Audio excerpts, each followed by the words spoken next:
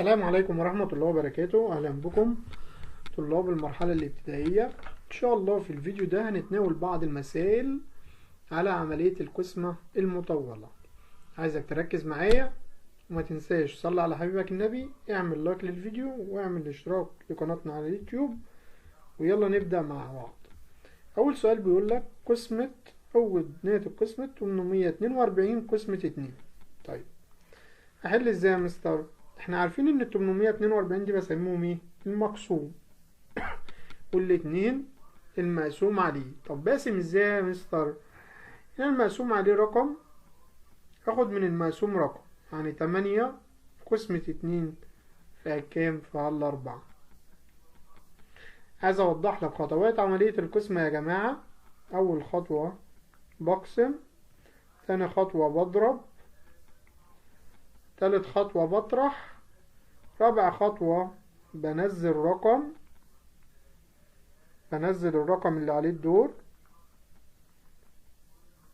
خامس خطوة بعيد نفس الخطوات دي تاني يا طلاب. طيب أول خطوة قسمت 8 قسمة 2 فعلى 4، برجع. تاني خطوة احنا قلنا ايه؟ بضرب 4 في 2 ب8. تالت خطوة بطرح 8 ناقص 8 صفر. الخطوة اللي بعدها بنزل الرقم اللي عليه الدور يا مستر، مين؟ 4. الخطوة اللي بعدها بعيد نفس الخطوات تاني، بقسم 4 قسمة 2 فهل 2 فهل كام؟ فهل 2. الخطوة اللي بعدها هضرب 2 في 2 ب4.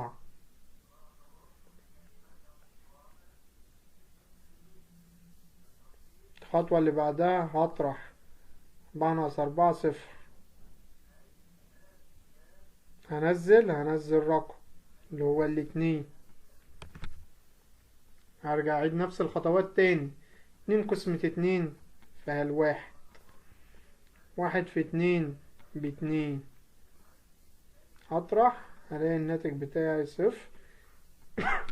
يبقى خارج القسمة بتاعتي او ناتج القسمة هو 421. كده اول مسألة يا جماعة. تعالى كده لتاني مسألة، بيقول لي ايه؟ اوجد ناتج قسمة 381 قسمة 3. طيب هنحلها ازاي؟ هنقسم برضو رقم على رقم، 3 على 3 فهل 1. الخطوة اللي بعدها هضرب 1 في 3 ب3. هطرح 3 ناقص 3 صفر. الرقم اللي عليه الدور ينزل 8.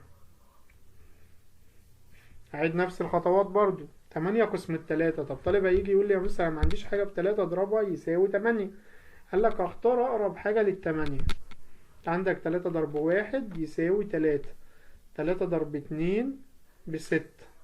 لو جيت خدت 3 ضرب 3 هتلاقيها ب9، فمش هينفع اخد ايه 9، يبقى هاخد اللي قبل ال9. 3 ضرب 2 ب6، يبقى 8 قسمة 3 فهل 2.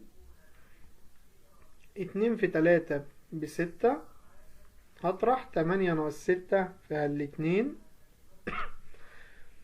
الخطوة اللي بعدها انزل الرقم اللي عليه الدور هو 1. اصبحت 21 قسمة 3 فهل 7. هرجع اضرب 7 دي في 3 هيديني 21. 21 ناقص 21 هيطلع لي صفر. يبقى خارج القسمة بتاعتي 127. مش هطول عليكم اكتر من كده النهاردة، واستنونا هناخد قسمة المطولة على رقمين. ما تنساش تعمل لايك للفيديو واشتراك لقناتنا على اليوتيوب. هسيب لك لينك القناة في اول كومنت. نشوفكم فيديو جديد. كان معكم مستر محمد صلاح. السلام عليكم ورحمة الله وبركاته.